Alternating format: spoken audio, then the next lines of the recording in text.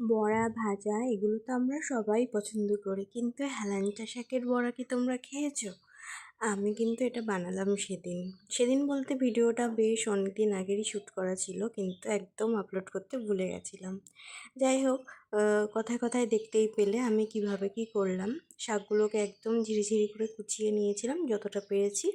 তারপর সেটাকে ভালো করে ব্যাটারটা রেডি করে এইভাবে আস্তে আস্তে করে আমি ভেজে নিচ্ছিলাম। হ্যাঁ, এটা কিন্তু গরম ভাতে আর ভাজাটা একটু গরম গরম অবস্থায় থাকতেই বেশি ভালো লাগবে খেতে। তোমরা যারা হেলাঞ্চা এমনি খেতে পছন্দ করো না, তারা কিন্তু এইভাবে বড়া করে খেতেই পারো।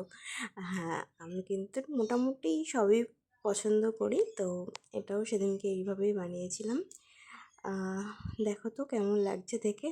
কাউকে বলে না দিলে কেউ বুঝতেই পারবে না এটা হেলাঞ্চা শাকের বড়া। যাই হোক, ভালো থেকো তোমরা সবাই। টাটা।